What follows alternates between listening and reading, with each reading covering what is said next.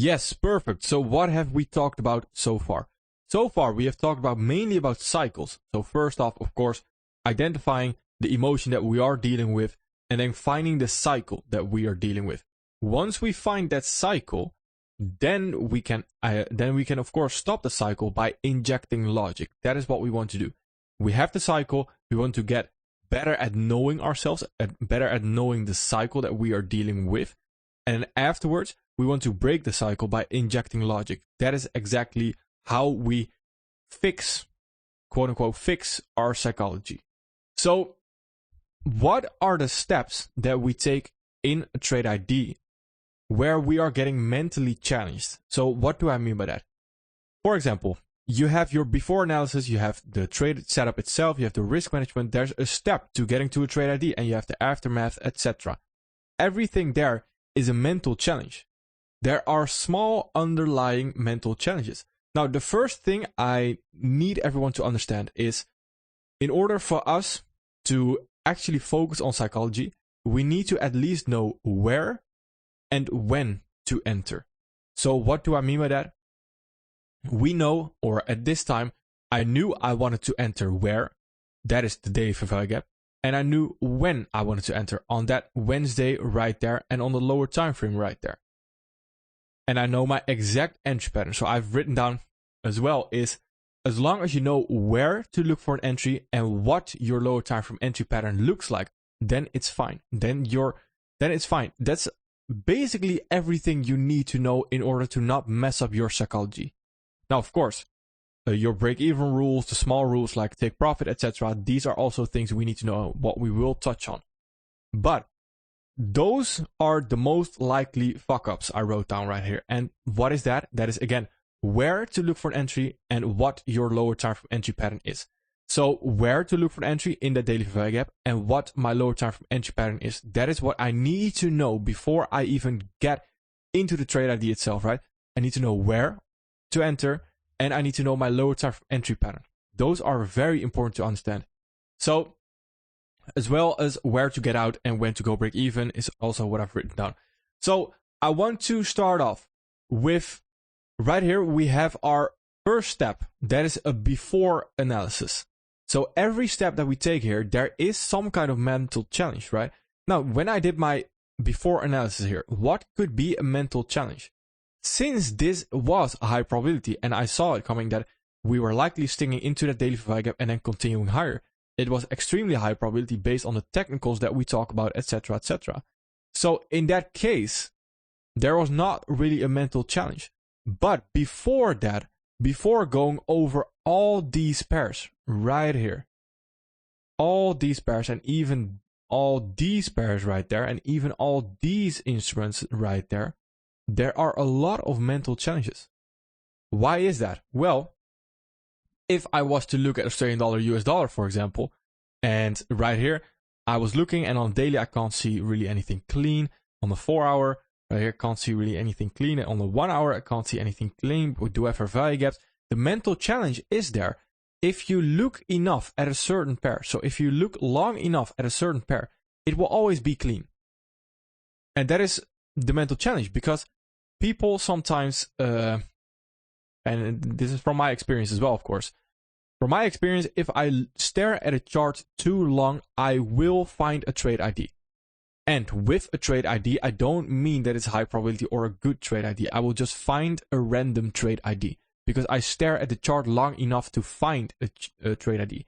It's a confirmation bias. It's you're forcing an ID right there, and that is very dangerous. And that's what a lot of people tend to do. And what I also did is I was trading the whole entire day and I stared at the chart, and of course I came up with an ID because I was staring the whole entire day at that chart. So that is very dangerous. A high probability scenario is seen within 5 seconds. Now, because I want to, of course, touch on things in the forecast, etc. But if I did my own forecast, it would be done in a minute to go over all the pairs, all the instruments. And of course, a little bit of an exaggeration, but it would be done way quicker because I can already tell in my mind, all right, this is high probability, daily fair value gap, weekly fair value gap right there, easy target, perfect, that I want to trade that. That's it. So the mental challenge right there is not forcing anything. And I've as well written down paralysis analysis. If you stare at a chart too long, forcing something.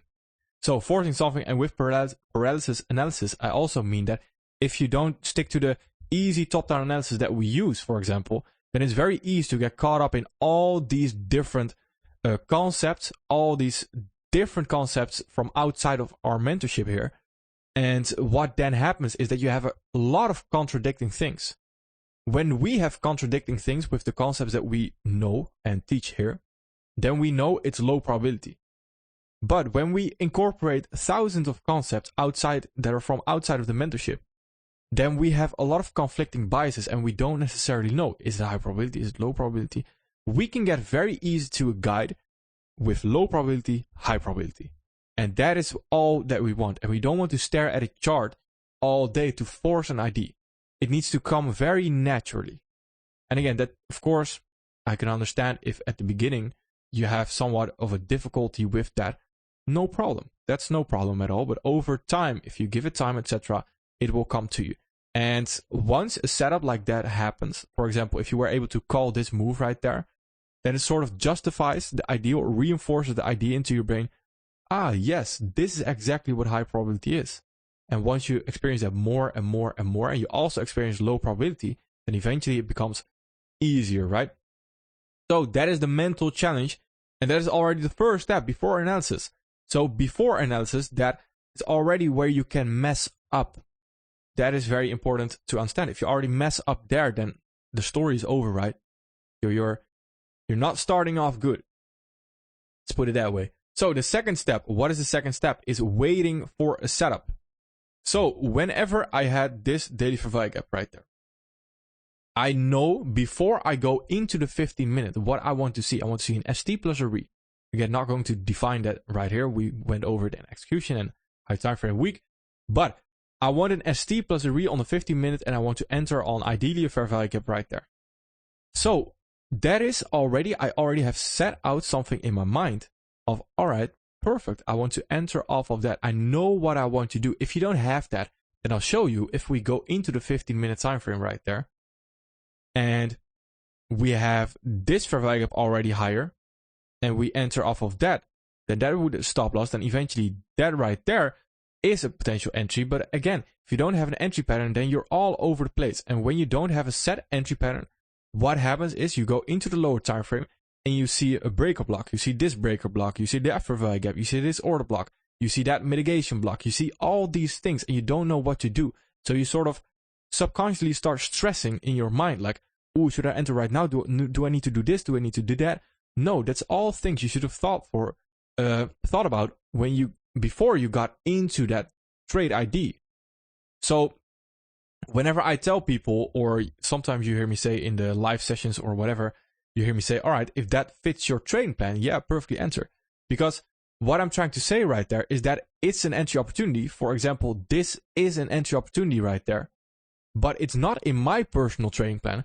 If it is in your trading plan, then yes, that could be an entry opportunity. But if I just call something and just as an example, then that doesn't mean you should enter. You should only enter if that is indeed in your trading plan. Then yes, go ahead and enter. Perfectly fine, right? But that is very important to understand as well. So what is the mental challenge here? It is greedy because you think you'll miss the move. That is the main mental challenge. And again, that is me already assuming that you do have an entry pattern set in stone. So right here, once I have this ST move right there, I could have entered right there because I was like, oh, I don't want to miss the move. I see an ST. I don't want to miss the move. No, I just very calmly, I wait. I just wait. So we have this displacement higher off of that. And then on the fair value gap, that is where I want to enter. Perfect. So that is, again, a new mental challenge that we have to overcome, being greedy because you think you'll miss the move. And again, I always like to think that, it's 9 out of 10 times it's the case that price will usually retrace further than you expect it to. And what I mean by that is that, for example, if you didn't get in just yet and you are chasing price right there, then again, that could be a perfect entry if it is in your trading plan. But usually price retraces a little bit further than you expect it to. So that is also something to be aware of. That you don't have to rush into the market. Then what is the next step that we can mess up? That the next mental challenge is a third step. The third step is executing on setup. Waiting for your exact entry pattern. If you don't have that, this is where you'll mess up. So if you don't have an exact entry pattern, then this is exactly where you'll mess up. And as well, if you do have that exact entry pattern and still you start to doubt yourself as in, oh, I don't know if this is the right entry. I don't know, should I enter this? Should I enter this? Oh, it might be a loss, might be something like this. And then all of a sudden you start going back into the higher time frame and you start going you basically do your whole top-down analysis again just to be sure, like, I don't know if this is high probability. And then you go into the 4 hour, the 1 hour, the 15 minute again, just to check and just overthinking. When you're at that stage where you are about to enter a trade, even if it's not a good entry, I would just enter it. And the reason for that is because whether it's a loss or a win, we have something to learn from it after it. So usually it's the case where if you are executing on a setup and you start to doubt yourself, all of a sudden it's you just overthinking it, and it might be a fear of losing, etc. So then we need to break the cycle and we need to just say, all right, whatever happens, happens. The risk to reward win rate is in our favor. So all we can do is execute the plan right there, right? That's the injecting logic. So then we just, whatever happens, we might take a loss, perfectly fine. We just enter, we just follow the plan. That is what we want to do, right? So then you don't want to go back into your high time frame. Once you are on the lower time frame right there, you don't want to go back on the high time frame because that will only confuse you, etc. And you will start forcing an ID again. What we talked about in our before analysis as well is when we stare at a chart too long, we will force IDs and we will come up with an ID because our brain is a great drama script writer, the best in the world. And when we stare at a chart too long, we will come up with crazy scenarios. The same when we think about a scenario in life which we don't really like and we have our suspicions, then we come up with the craziest scenarios that are probably not true.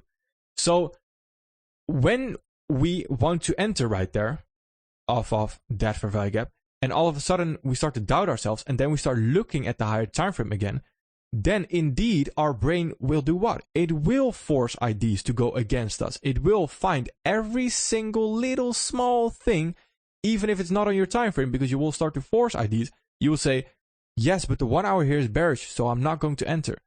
And all of a sudden, all your bullish arguments are thrown at the window right there. And there were no bearish arguments in the first place. So that's why if you have a list next to you, maybe if you're just starting out, maybe you have a list next to you with why are you taking that trade again? Stating the bullish arguments and the bearish arguments. And then you need to have something logical on the side. So something logical that reinforces the ID. All right, I am taking this trade. It was a good trade. Even if it's a loss, it's a good trade. No matter what happens. That is very important. So something logical to keep you within the guidelines. Not too far right, not too far left. No, just in the middle. Keep on following the road. That is what we want to do. So having something logical like bullish and bearish arguments list. Again, reinforcing the idea. Why are we taking this trade again? Because we tend to forget that when we get to the executing part right there. Then risk management is the fourth step. So the fourth step, risk management, knowing your risk percentage beforehand. You always know it beforehand, not when you just open your MetaTrader and you're like, ooh, I need to rush in, blah, blah, blah. No. We know it beforehand. That is very important. And because from experience as well, let me just touch on that as well. From experience, I have been there where I just woke up and I was like, oh, I see a setup. I need to get in. And then I didn't do a proper before analysis. My foundation was not right. So my basics were not right. I was sleeping late. I was not eating good. So I wake up late. When I wake up late, I force an ID because I tend to wake up and then I'm like, oh shit, I need to get in the market right now. And what happens then is I force an ID, which is likely not there because I'm not focused. I'm stressed because I just got out of bed. I'm too late, essentially, to hop behind the charts, etc. What then happens? I open my MetaTrader really quick. I don't check the risk that I'm using. And then I just hop in the trade with maybe too much of a risk. which wasn't the thing I had established or I didn't meant to do. Then eventually I lose the trade with too much risk because I forced the ID, because I rushed into the market. Again, that's a whole cycle on its own, right? It's a whole cycle. And the cycle can easily be broken, but it's being aware of that cycle in the first place. And again, I'm stating these cycles because I have experienced it all. So everything here has happened to me. Everything. So right here, it is again, risk management, knowing your risk percentage beforehand and knowing where to take profit and where to go break even. Again, this is a huge one. Take profit is something you should have established before you even get in the trade.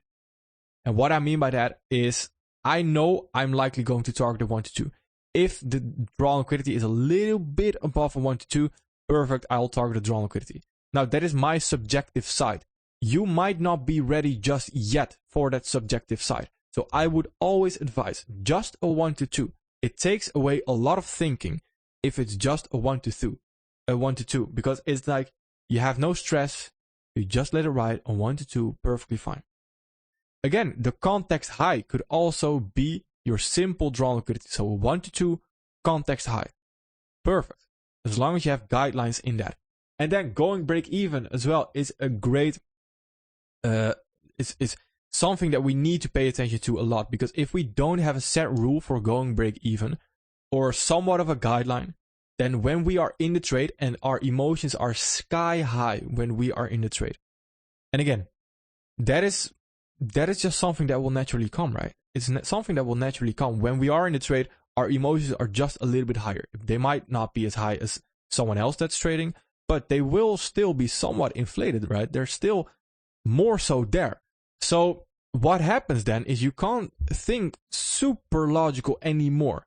You might still be able to, based on your experience, etc., based on how you can control your emotions, but somewhat of your brain is a little bit fogged up. It's not thinking that clear anymore. And what we want to have in that moment is guidelines. When we have that guidelines of going break even, that is very important. So go break even based on order flow when price has no reason to return back to your entry, for example. Things we went over in the execution week as well. That is very important. Again, that's the same thing as your entry pattern. If you don't have a break even rule, then you might see this move higher right there, and you might all of a sudden go break even right there, which is not in your rule, etc., or in your guidelines. Now, I went break even, or I closed this trade out for a very particular reason. If you want to see that, check out the trade recap. Again, I will not touch on it here.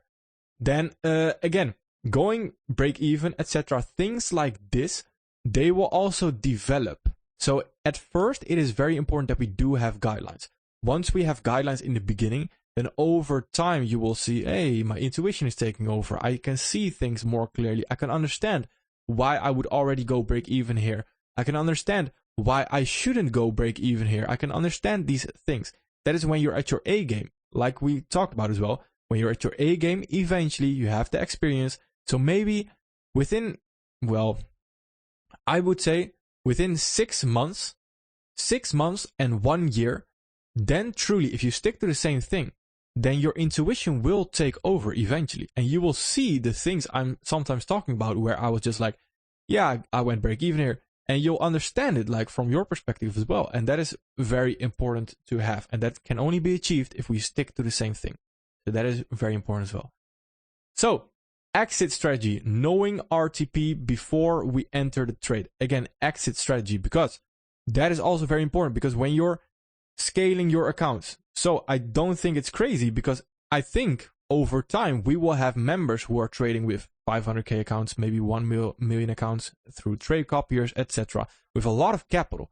So you need to be prepared from the beginning already, that you know where your TP is and that you're not looking at your P&L whilst you are in the trade. Again, it is important that hiding your P&L, etc., those might be great short-term solutions, but they will not fix the issue on the long term. And what I mean by that is like sweeping it under the rug, under the carpet, right? It's like just sort of ignoring the real cause of the problem. And the real cause of the problem is because you can't handle the numbers, because you have that cycle, you have that emotion that's coming up, etc., the fear. that is where we need to break that cycle and inject logic again. That is how we overcome the obstacle and we sort of remove the roots of our problem. That is what we want to remove. So I don't think the solution is necessarily hiding P&L, but you always want to take into account percentage. So for example, if I see a lot of money floating on a trade like this, for example, that I took right there, I can see a lot of money floating, but percentage wise is not that much. So I know my TP is set at a certain price, because if that doesn't play out, my RR will also mess up. So that is very important to understand as well. You want to look at the percentages, etc. You want to look at your trading view. The MetaTrader, whatever you use to execute, is only to execute in a sense. You click a button, you execute, and you just look at your trading view right there. That's all you need to focus on. So then we have the aftermath, because that is the sixth step, by the way. The sixth step is the aftermath. Lose, break even, or win doesn't matter. Let me put it on the screen as well, right here.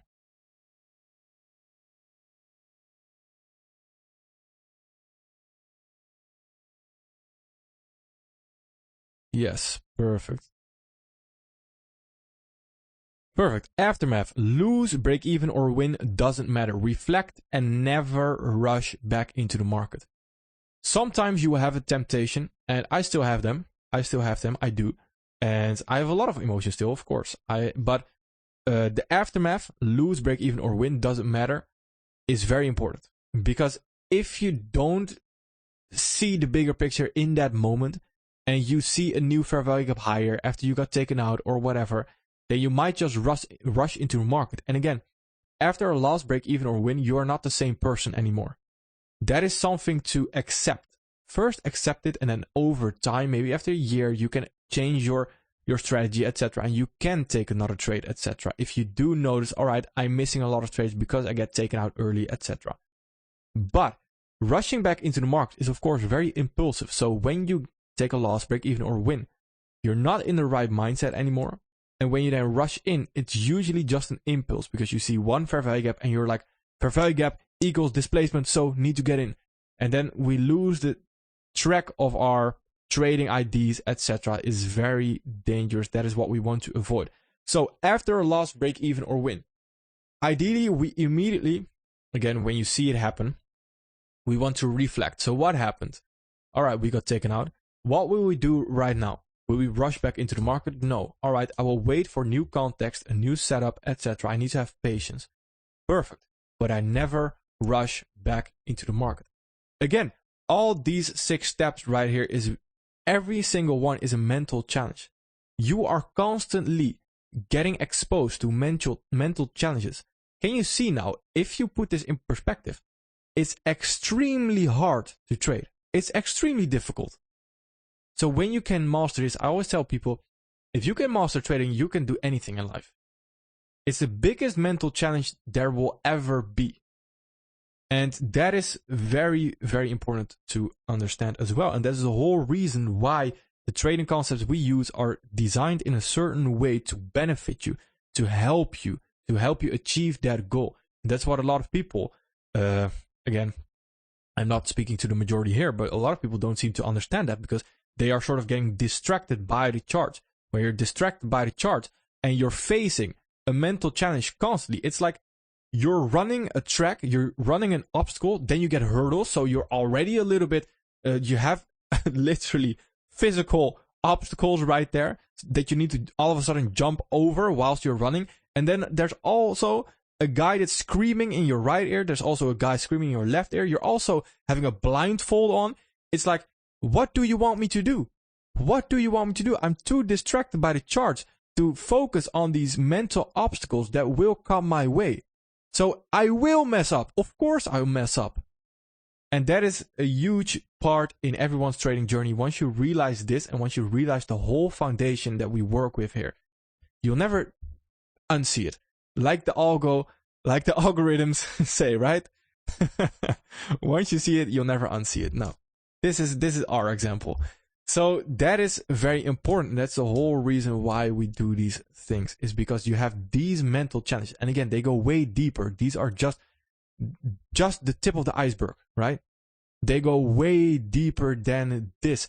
And if you are distracted by the charts, you will not see it coming. And when you don't see it coming, it will control you. When it controls you, you are messed up, politely said, because you will blow that account, etc. because something has hooked you. Something has hooked you. And that can be anger, can be fear, can be greed, because you're not seeing it coming, because you are too distracted by the charts. And that is very important. And that is also why we have guidelines in everything what we do. That is why I say 80% mechanical trading plan, because that 80% is just the right amount to not have a very bad and ugly trading strategy where we don't make any profits and we wait 5 months until we get a setup. No, that's not what we want, of course. So we have 20% intuition. That 80% mechanical is just good enough to keep our psychology in check, and the 20% intuition is just low enough for our emotions to not get involved in our trading. That is exactly why everything here has been thought of. Every single thing has been thought of. And that is very important to understand as well. So again, what we mentioned in the beginning as well, as long as you know where to look for an entry and what your lower time frame entry pattern looks like, then it's fine. You use the top-down analysis every single step, then there's very minimal reasons on how you can mess up. You just stick to it over time, etc., etc. All right, then tomorrow we have psychology outro, and then we go into MMP week. All right, perfect. Thank you.